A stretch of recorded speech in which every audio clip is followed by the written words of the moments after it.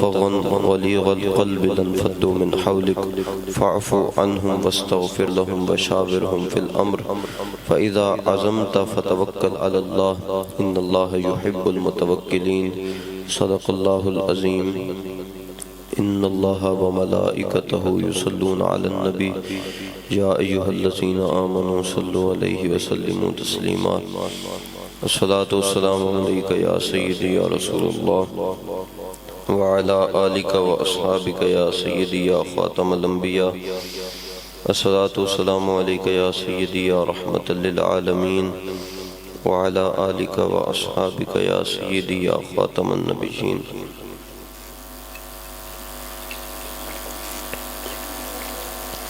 بندہ پروردگارم امت احمد نبی دوست دار چار یارم تابع اولاد علی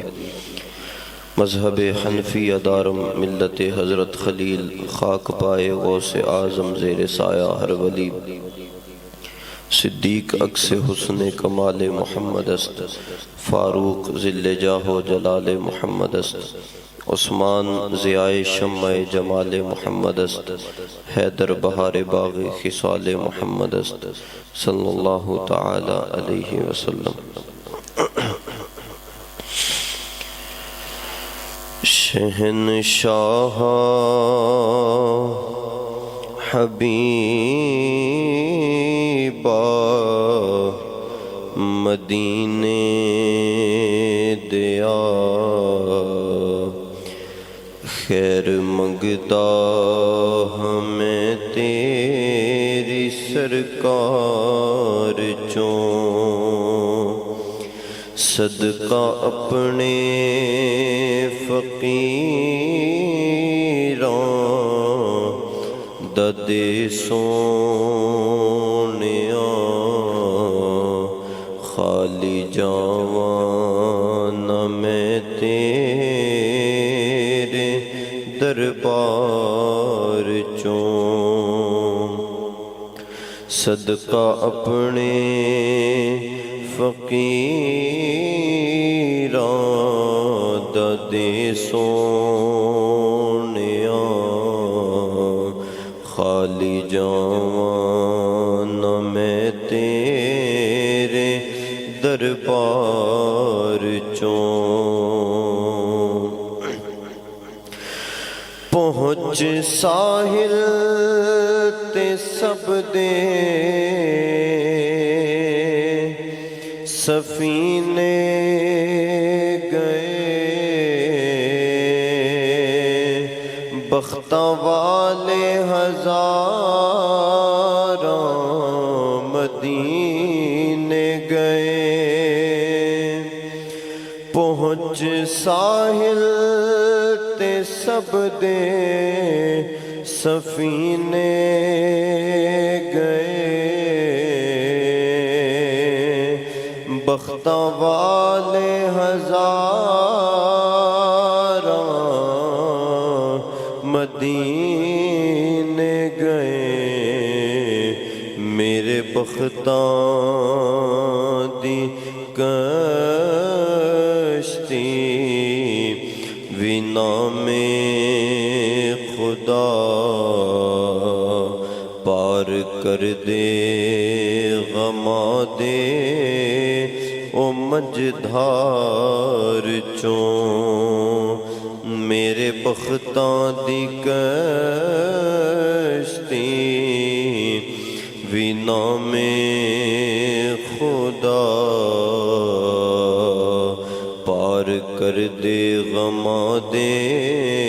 او مجدھار چوں جدوں نظراں نے تکیا اے رخ یار دا مرض ودھدا گیا شوق دیدار دا جدوں نظراں نے تکیا اے رخ یار دا مرض ودھدا گیا شوق دیدار دا نبضاں پھڑ پھڑ حکیمو طبیبو تسی کی لب دے او اس بیمار چوں نبضاں پھڑ پھڑ حکیمو طبیبو تسی کی لب دے او اس بیمار چوں وقت آخر مدینے جے میں پہنچ جاؤں رو میرے جسم نو چھڈ جاوے جدوں وقت آخر مدینے جے میں پہنچ جاؤں رو میرے جسم نو چھڈ جاوے جدوں تسی میرا جنازہ میرے ساتھیو لے کے لنگنا مدینے دے بازار چوں تسی میرا جنازہ میرے ساتھیو لے کے لنگنا مدینے دے بازار چوں شہنشاہ حبیبا مدینے دیا خیر منگدا ہمیں تیری سرکار چوں اللہ رب العزت نے انسان کو بنیادی طور پر دو خصلتیں عطا فرمائی ہیں اور وہ خصلتیں ایک غضب کی خصلت ہے اور دوسری رحمت شفقت کی خصلت ہے جو ہر انسان کے اندر خلقی طور پر پائی جاتی ہیں جب سے اس کی تخلیق ہوئی اور ان خصلتوں کا اطلاق اگر صحیح جگہ پر نہ ہو تو محبت اور شفقت بھی فساد کا سبب بنتی ہے اور غضب و غصہ بھی فساد کا سبب بنتا ہے مزہ اور لطف تب آتا ہے جب غضب کا اطلاق بھی غضب والی جگہ پر ہو اور محبت و شفقت کا اطلاق محبت و شفقت والی جگہ پر ہو جب ان دونوں کے مقامات تبدیل ہو جاتے ہیں ظاہر ہے جو چیز کسی مقصد کے لیے بنائی گئی جس طرح سرکار کا فرمان کل میسر لما خلق لہ کہ ہر چیز کو اسی کے لیے تخلیق کیا گیا جس مقصد کے لیے وہ کام آتی تھی اگر چیز اپنے مقصد تخلیق سے ہٹ جاتی ہے تو ظاہر ہے وہ فساد کا سبب بنتی ہے اور اسی ضمن میں اللہ رب العزت نے اپنے محبوب صلی اللہ تعالیٰ علیہ وسلم کو قرآن مقدس میں فرمایا فَبِمَا رَحْمَةٍ مِّنَ اللَّهِ لِنْتَ لَهُمْ کہ یہ اللہ کی رحمت تھی اللہ کی کرم کی نظر تھی کہ جس کرم کی بدولت اللہ کے نبی صلی اللہ تعالیٰ علیہ وسلم اپنی امت کے لیے شفقت کا باعث بنے اور نرم مزاجی اختیار کرنے والے بنے اپنوں کے ساتھ نرم مزاجی اختیار فرماتے تھے اور اگر کوئی بندہ یہ دیکھتا ہے کہ دنیا میں اس سے لوگ دوری اختیار کر رہے ہیں اسے چھوڑتے جا رہے ہیں تو وہ اس ایک آیت پر اپنے آپ کو اپنا محاسبہ کر کے اپنا محاصرہ کر کے دیکھ لے اگر اس آیت سے اس کے جو لوگ دوری اختیار کر رہے ہیں وہ ختم نہ ہو جائیں تو پھر خدا کی قسم کائنات میں دوسرا ایسا کوئی راستہ نہیں جو لوگوں کو اس کے قریب کر دے جو رب نے اصول اپنے محبوب کے لیے مقرر فرمایا اور جس طرح کا خلق اپنے محبوب کو عطا فرمایا وہی خلق، چونکہ رسول اللہ صلی اللہ تعالیٰ علیہ وسلم نے فرمایا کہ اخلاق حسنہ جو میرے ہیں وہی میری امت کے لیے تربیت کے لیے کافی ہیں، اور میں اپنی امت کے لیے کافی ہوں۔ جب حضور علیہ السلام کے اخلاق اس امت کے لیے کافی ہیں، اب وہ حضور کے اخلاق میں غضب اور غصہ بھی شامل ہے، اور حضور کے اخلاق میں شفقت و رحمت بھی شامل ہے۔ غضب و غصہ حضور نے دکھایا ہے جب دشمنوں کا معاملہ آیا، جب دین کا معاملہ آیا، جب اللہ رب العزت کی ذات کا معاملہ آیا، جب انبیاء کی ناموس کا معاملہ آیا، جب حضور کے صحابہ کی عزت کی بات آئی، حضور کی اہل بیت کی، حضور کی ازواج کی عزت کی بات آئی، اس وقت حضور نے غضب و غصے کا اظہار فرمایا اور حضور نے اپنے جلال کو ظاہر فرمایا۔ لیکن جب اپنوں کی بات آئی، جب اپنوں کو جوڑنے کی بات آئی، اس وقت رسول پاک صلی اللہ تعالیٰ علیہ وسلم نے شفقت و رحمت کا اظہار فرمایا۔ اور اللہ رب العزت نے اس آیت کے آگے فرمایا وَلَوْ كُنْتَ فَظًّا غَلِيظَ الْقَلْبِ لَانفَضُّوا مِنْ حَوْلِكَ، محبوب اگر آپ بھی سخت لہجے والے یا سخت دل ہوتے تو صحابہ آپ کے گرد جمع نہ ہوتے۔ حضور کی شفقت رحمت تھی کہ حضور ہر کسی سے رحمت سے پیش آ رہے ہیں، ہر کسی سے سکون سے بات فرما رہے ہیں۔ تو اگر کوئی بندہ جس سے لوگ دور ہو رہے ہیں تو یقیناً اس میں یہ کوتاہی، یہ غلطی موجود ہے کہ وہ اپنوں پر سختی کر رہا ہے۔ چھوٹی چھوٹی غلطیاں میرے محبوب صلی اللہ تعالیٰ علیہ وسلم اپنے صحابہ کی معاف فرماتے۔ ہمیں کسی کی چھوٹی سی غلطی کا پتہ لگ جائے نا تو ہم اسے پکڑ لیں گے، اور سرکار بڑی غلطیاں بھی معاف فرما دیتے تھے۔ ہمیں کسی کی بڑی غلطی کا پتہ لگ جائے تو ہم ڈنڈورا پیٹتے ہیں۔ سرکار کی بارگاہ میں ایک صحابی آئے، یہ عرض کیے یا رسول اللہ طہرنی، آقا مجھے پاک فرمائیے۔ سرکار کو اب چونکہ حضور غیب جانتے تھے، حضور کو پتہ چل گیا تھا یہ کس چیز سے پاکی مانگ رہا ہے، تو سرکار نے فرمایا جا رب سے جا کے توبہ کر، رب سے معافی مانگ، رب پاک کرنے والا ہے، رب پاک کر دے گا۔ انہوں نے باہر نکلے، دوبارہ واپس آ گئے، یا رسول اللہ طہرنی، آقا مجھے پاک کیجئے۔ سرکار نے فرمایا تجھے کہا ہے جا رب سے معافی مانگ، رب پاک کر دے گا۔ وہ باہر گئے، پھر دوبارہ پلٹ آئے، یا رسول اللہ دل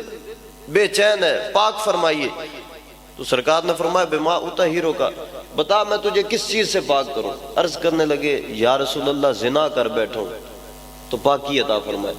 اب سرکار جان چکے تھے کہ اس سے گناہ کون سا سرزد ہوا، لیکن سرکار اپنے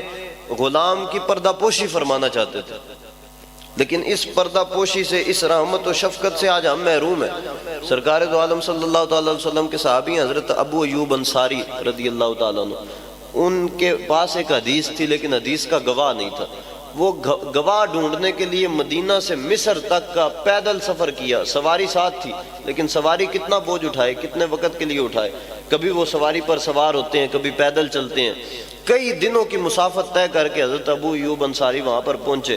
اور وہاں پہنچنے کے بعد جب گواہ کے پاس پہنچے نا، جن کے پاس اس حدیث کی گواہی تھی، انہیں جا کے کہا بھئی میں نے سرکار سے حدیث سنی ہے مومن کے سطر کے متعلق، تو آپ اس حدیث کے گواہ ہیں، آپ کے سوا کوئی بندہ ایسا زندہ نہیں بچا جس سے میں جا کر حدیث کی تصدیق کرتا، لہٰذا آپ اس حدیث کی تصدیق فرمائیں۔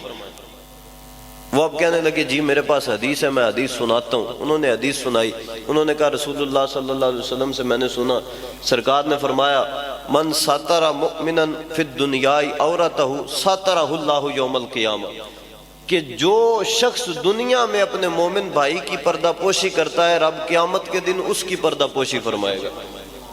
یہ صرف ایک حدیث کی تصدیق کرنے کے لیے اتنا لمبا سفر کر کے گئے۔ جیسے ہی حدیث کا پتہ چلا، حضرت ابو ایوب انصاری واپس پلٹ آئے۔ ہمارا غم و غصہ، ہمارا غضب، ہمارا جلال یہ ہونا چاہیے عالم کفر کے لیے، یہ ہونا چاہیے کافروں کے لیے یا ان بدبختوں کے لیے جو دین سے بغاوت کرتے ہیں، دین سے دشمنی کرتے ہیں۔ لیکن ہمارا غضب، ہمارا غصہ اپنوں پر زیادہ چلتا ہے۔ غیروں کے لیے ہم ٹھنڈے مزاج کے ہوتے ہیں، غیروں کو ہم دیکھتے ہیں، ان کی چیزیں ہمیں پسند آ جاتی ہیں، دل کو بھا جاتی ہیں، لیکن اپنوں پر ہم انتہائی شدت کے ساتھ پیش آتے ہیں، شدت سے گرفت کرتے ہیں، کہتے ہیں یہ ہمارے نے ایسا کام کر دیا، یہ اس نے ایسے کر دیا، یہ اس نے ایسے کر دیا۔ بات چھوٹی سی ہوتی ہے لیکن ہم اس کا ڈنڈورا پیٹتے ہیں، غیروں کی بڑی بڑی باتوں کو بھی ہم پچا جاتے ہیں۔ تو یہ رویہ، یہ مزاج، یہ ہمیں برباد کر سکتا ہے اور برباد کر رہا ہے۔ آگے اللہ رب العزت نے فرمایا فاعف عنہم واستغفر لہم، اے محبوب جب ان سے کوئی غلطی ہو جائے تو انہیں معاف کر دیں اور ان کے لیے دعائے مغفرت کریں۔ جب ہمارے مسلمان بھائی سے ہمارے سامنے بھی کوئی غلطی ہو جائے نا تو سرکار کی سیرت کے مطابق عمل کرنا چاہیے۔ اگر ہم دیکھ رہے ہیں کہ غلطی کر رہا ہے اور غلطی ہماری ذات کے متعلق ہے تو ہم اسے معاف کر دیں، اور اگر غلطی دینی معاملات میں ہے پھر بھی زد و کوب نہ کریں، رب سے دعا کریں یا اللہ میرے بھائی کو معاف فرما دے، وہ غلطی ہے، غلطی تیرے سے بھی ہو سکتی ہے، میرے سے بھی ہو سکتی ہے۔ غلطی پر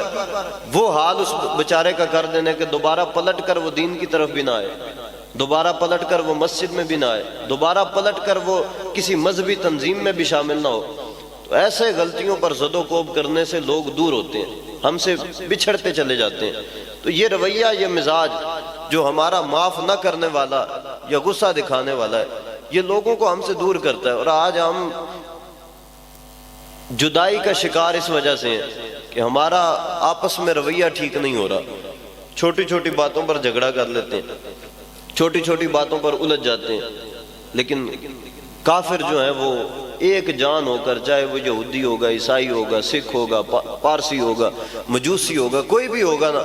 وہ ایک جان ہو کر مسلمانوں پر برس پڑتے ہیں، مسلمانوں پر دعویٰ بول دیتے ہیں، وہ ایک جان ہو جاتے ہیں، چاہے ان کے مذاہب بھی الگ ہوں، لیکن مسلمان ایک جان نہیں ہو سکتا۔ مسلمان اپنے بھائیوں کی چھوٹی چھوٹی غلطیوں پر گرفت کرتے ہیں۔ اللہ رب العزت نے فرمایا وَشَاوِرْهُمْ فِي الْأَمْرِ، محبوب ان کے ساتھ مشاورت کیا کریں، ان سے مشورہ لیا کریں۔ اب یہ پوری دنیا جانتی ہے کہ کائنات میں سب سے زیادہ فضل والے، رب کے نزدیک سب سے زیادہ اہمیت رکھنے والے اور فیصلوں میں سب سے بڑی فوقیت رکھنے والے سرکار ہیں، اور سرکار سے بڑھ کر کسی کا فیصلہ نہیں ہو سکتا۔ سرکار کو رب حکم فرما رہا ہے میرے محبوب اپنے صحابہ سے مشاورت کیا کریں، مشورہ لیا کریں، اور مشورے کی کئی ایسی خوبیاں ہیں، اور مشورہ سب سے پہلے بطور خاص دینی عبادت ہے۔ جو بندہ مشورہ کرتا ہے امور کے اندر، وہ دین کی ایک عبادت کا حصہ بن رہا ہے۔ قرآن مقدس میں پوری سورہ شورا موجود ہے جس میں مشاورت کا ذکر ہے، اور یہ آیت بھی اسی صورت کی ہے وَشَاوِرْهُمْ فِي الْأَمْرِ، محبوب ان سے مشاورت کریں۔ مشاورت جب بندہ کرتا ہے نا کسی سے، اگر کسی کے دل میں کوئی بات کھب گئی ہے، کوئی لڑائی ہوئی، جھگڑا ہوا، اور ایک بندہ منتخب کیا گیا اعتماد کا کہ یہ بندہ ہمارا فیصلہ کرے گا، اب وہ بندہ خود فیصلہ کر دیتا ہے تو ہو سکتا ہے لوگوں کو تکلیف محسوس ہو، لوگ پریشان ہو کہ اس نے فیصلہ تو کر دیا لیکن ہمارا دل اس پر مطمئن نہیں ہو رہا۔ وہی اگر ہر علاقے کے فضل والے بندے، جس علاقے سے وہ مسئلہ کھڑا ہوا، اس علاقے کے اہمیت رکھنے والے بندے اس شورا میں شامل کیے جائیں اور اس شورا کے مشاورت کے بعد فیصلہ کیا جائے، تو اس فیصلے پر 90% سے زیادہ لوگ اعتماد کریں گے۔ یہ مشاورت کا فائدہ ہو گیا۔ اور پھر جو بڑے لوگ ہوں گے، جو اہمیت رکھنے والے علاقے کے سرداران ہوں گے، ان کا بھی دل مطمئن ہو جائے گا کہ بھئی ہم سے پوچھا تو گیا، ہم سے بات تو کی گئی۔ یہ نہیں ہے کہ بندہ لیڈر بن جائے، بندہ بڑا بن جائے، بندہ سربراہ بن جائے، بندہ رہنما بن جائے تو کسی سے پوچھنا ہی چھوڑ دے، وہ کہے میں چونکہ رب نے مجھے یہ مسند عطا کی ہے تو ضرور میرے اندر کوئی کمال ہوگا تو عطا کی ہے۔ کمال کی وجہ سے نہیں عطا کی گئی، اس وجہ سے عطا کی گئی کہ شاید نوکری میں یہ کارگر ثابت ہو، نوکری میں یہ اپنا حق پوری طرح سے ادا کر سکے۔ اللہ رب العزت اپنے محبوب کو فرما رہے ہیں محبوب ان سے مشورہ لیا کریں کاموں میں، نہ دکھائیں۔ فَإِذَا عَزَمْتَ فَتَوَكَّلْ عَلَى اللَّهِ، جب آپ نے مشورہ کر لیا، مشورے کے بعد فیصلہ کر لیا کہ اب یہ کام کرنا ہے، پھر فرمایا اب اللہ پر توکل کریں، اب پیچھے مڑ کر نہ دیکھیں کیا ہوگا۔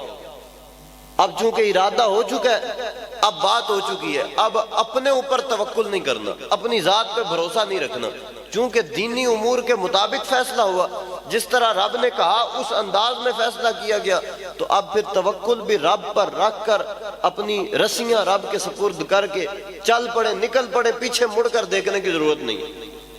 اور مار بندہ اس وقت کھاتا ہے جب اپنے عزم و ارادے سے پیچھے ہٹتا ہے۔ بعض امور، بعض مجبوریاں ایسی ہوتی ہیں جو شرعی مجبوریاں ہوتی ہیں، جن کے تحت بندے کو پیچھے پاؤں اکھاڑنے پڑتے ہیں، لیکن اکثر اوقات ایسے ہوتا ہے کہ بندے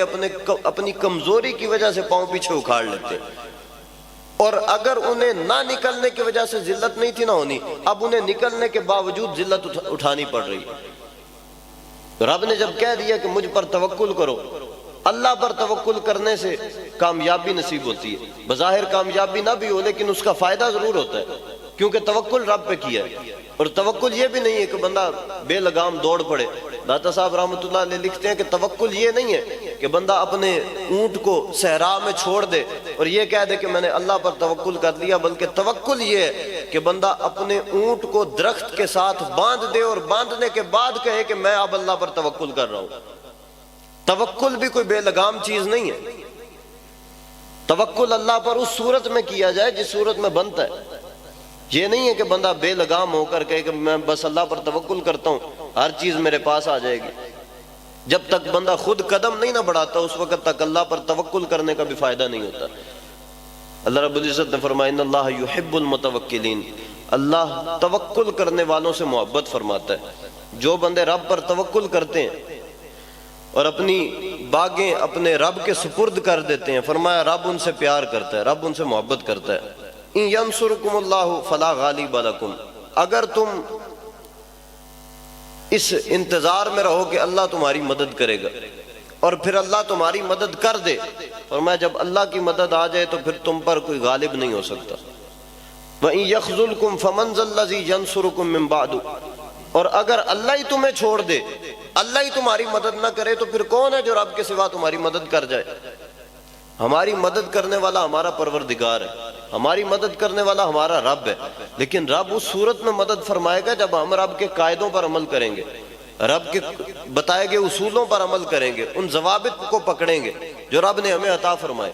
حضور غوث اعظم رضی اللہ تعالیٰ عنہ نے ایمان کی تعریف، ایمان کی ڈیفینیشن کی غنیۃ الطالبین میں۔ آپ نے فرمایا ان الایمان قول و عمل، ایمان جو ہے وہ قول اور عمل دونوں چیزوں کے مجموعے کا نام ہے۔ یہ نہیں ہے کہ بندہ منہ سے صرف کلمہ پڑھ لیا تو ایمان ہو گیا۔ آپ نے فرمایا ایمان قول اور عمل کے مجموعے کا نام ہے۔ لِأَنَّ الْقَوْلَ دَعْوَى وَالْعَمَلُ دَلِيلُ عَلَيْهَا، فرمایا اس لیے کہ قول جو ہے وہ صرف دعویٰ ہوتا ہے، جس طرح بندے نے دعویٰ کر دیا کہ میں کلمہ پڑھتا ہوں، وَالْعَمَلُ دَلِيلُ عَلَيْهَا، اور عمل اس پر دلیل ہوتا ہے۔ فرمایا صرف دعویٰ کرنے سے بندہ مسلمان نہیں ہوتا، دعویٰ کرنے سے ایمان مکمل نہیں ہوتا۔ یہ ایمان کی ڈیفینیشن جو غوث پاک نے فرمائی، فرمایا صرف دعویٰ کرنے سے نہیں مکمل ہوتا جب تک اس پر عمل نہ کیا جائے۔ اور اگلی بات فرمایا لِأَنَّ الْقَوْلَ صورت الایمان، قول اور دعویٰ صرف ایمان کی ظاہری صورت ہے، ظاہری شکل ہے۔ دعویٰ کر دیا، کلمہ پڑھ لیا اور اقرار کر لیا میں مسلمان ہوں، رب کو بھی مانتا ہوں، رب کی وحدانیت کا اعلان بھی کرتا ہوں، رسول اللہ صلی اللہ علیہ وسلم کو اللہ کا نبی اور آخری نبی بھی مانتا ہوں، صرف دعویٰ کر دیا، قول کر دیا۔ آپ نے فرمایا یہ تو صورت ایمان ہے، ظاہری شکل ہے ایمان کی۔ وَالْعَمَلُ رُوحُهَا، اور عمل ایمان کی روح ہے۔ جب تک بندہ عامل نہیں ہوتا، عمل اختیار نہیں کرتا، غوث پاک فرماتے ہیں اس وقت تک اس کا ایمان مکمل نہیں ہوتا۔ جتنی بھی ہم ٹکرے مار لیں، جتنی بھی باتیں کر لیں اور جتنے بھی نعرے لگا رہے ہیں، غلامی رسول میں موت بھی قبول ہے، نعرے تکبیر بھی لگا لیں، نعرے رسالت بھی لگا لیں، لیکن جب تک عمل اس پر نہیں نہ ہوگا اس وقت تک کوئی دعویٰ قابل قبول نہیں ہوگا۔ اور قاضی اجاز مالکی رحمۃ اللہ علیہ نے اس موضوع پر پورا عنوان قائم کیا الشفاء کے اندر۔ آپ نے فرمایا ایک مدعی محبت ہوتا ہے اور ایک محب ہوتا ہے، ان دونوں میں فرق ہوتا ہے۔ ایک وہ بندہ ہوتا ہے جو صرف کہتا ہے کہ میں محبت کرتا ہوں سرکار سے، وہ محب نہیں ہوتا، وہ مدعی محبت ہوتا ہے۔ محب وہ ہوتا ہے جو عمل کر کے دکھائے کہ اس طرح سرکار سے محبت کی جاتی ہے۔ جس طرح حضور غوث پاک رضی اللہ تعالیٰ عنہ کا فرمان ہے المحب لا یملک شیئا یسلم الکل الی محبوبی، فرمایا محب اصل میں وہ ہوتا ہے جو اپنی ہر چیز اپنے محبوب کے حوالے کر دے۔ جس نے عمل ہی نہیں کیا، جس نے کر کے دکھایا ہی نہیں ہے کہ میں محبت کرتا ہوں، اس کی محبت کا کیسے یقین آئے گا، کیسے مانیں گے؟ اب بندہ اپنے رشتہ داروں کو کہتا رہے میں آپ کا بڑا عزیز، بڑا قریبی رشتہ دار ہوں، اور جب عزیز صاحب پر مشکل وقت آئے، جب عزیز صاحب مشکل میں پھنسیں، اس وقت یہ حضرت صاحب چھوڑ کے بھاگ جائیں، اس وقت یہ حضرت صاحب نظر ہی کہیں نہ آئے۔ پہلے تو اس نے دعویٰ کیا تھا اور اب وقت تھا دلیل پیش کرنے کا، اب وقت تھا بتانے کا کہ واقعی میں تیرا عزیز ہوں، میں تیرے سے پیار کرنے والا ہوں، تیرا چاہنے والا ہوں۔ اب جب وقت آیا تو وہ نکل گیا، کنی کترا گیا، اسے کبھی بھی اس کا عزیز تسلیم نہیں کیا جائے گا۔ اگر دنیاوی رشتوں کا یہ حال ہے تو قیامت کے دن ہم کس طرح یہ امید رکھیں کہ سرکار ہمارے لیے سر سجدے میں رکھ کر آنسو بہائیں گے، جنہوں نے کبھی دلیل پیش نہیں کی، کبھی یہ ثابت کرنے کی کوشش نہیں کی کہ ہم سرکار سے محبت کرتے ہیں، ہم سرکار سے پیار کرتے ہیں۔ سرکار نے تو آنسو بہانے اپنے پیار کرنے والوں کے لیے، اپنے قرابت داروں کے لیے، اپنے محبت داروں کے لیے، اپنے محبوبوں کے لیے۔ سرکار نے بے وفا اور دو نمبر بندے کے لیے تو نین نہیں بہانے۔ اس لیے جو حضور علیہ الصلوۃ والسلام کی شریعت نے ہمیں قاعدہ دیا، جو رستہ دیا، وہ رستہ یہی ہے، اشداء علی الکفار رحماء بینہم، کہ یہ کافروں پر سخت ہوتے ہیں لیکن آپس میں نرم دل ہوتے ہیں۔ جب تک ہم نے آپس میں آپسی معاملات میں نرمی اختیار نہیں کرنی اور کفر پر شدت نہیں کرنی، اس وقت تک ہم رب کے اصول پر ہی قائم نہیں ہیں۔ حضرت خالد بن ولید رضی اللہ تعالیٰ عنہ نے خط لکھا تھا نا رومیوں کو، فرمایا میں تمہیں خط لکھ رہا ہوں اور تمہیں اسلام کی دعوت دے رہا ہوں، من خالد ابن الولید لا رستم و مہران و ملئی فارس والسلام علی من اتبع الہدی۔ پہلی بات آپ نے فرمائی کہ جو ہدایت قبول کر لے اس پر سلامتی ہو۔ اما بعد فإنا ندعوکم الی الاسلام، فرمایا ہم تمہیں اسلام کی دعوت دیتے ہیں۔ فإن ابیتم فأتوا الجزیۃ عن ید وانتم صاغرون، قرآن کی آیت کے تحت آپ نے بات کی۔ آپ نے فرمایا اگر تم اسلام لانے سے انکار کر دو پھر ٹیکس دو اور ہمارے ملک میں رہو، ہمارے ماتحت ہو کر ذلیل ہو کر رہو۔ یہ قرآن کے لفظ ہیں جو خالد بن ولید نے کاپی کی۔ صاغرون، ذلیل ہو کر، ذلت اٹھانے والے ہو کر ہمارے ملک میں تم رہ سکتے ہو، ٹیکس دو۔ ہم اپنے ٹیکس سے گردوارے بنا دیں، اپنے پیسوں سے جناب مندر بنا دیں، یہ ذلت ہے یہ عزت ہے؟ اور جو کفر کو عزت دے وہ اسلام کو عزت کیسے دے سکتا ہے؟ فرمایا انتم صاغرون، ذلت اٹھانے والے ہو کر ہمیں ٹیکس دینے والے بند کر رہو۔ فَإِنْ أَبَيْتُمْ فَإِنَّا مَعَنَا قَوْمًا يُحِبُّونَ الْقَتْلَ فِي سَبِيلِ اللَّهِ كَمَا يُحِبُّ فَارِسُ الْخَمْرَ۔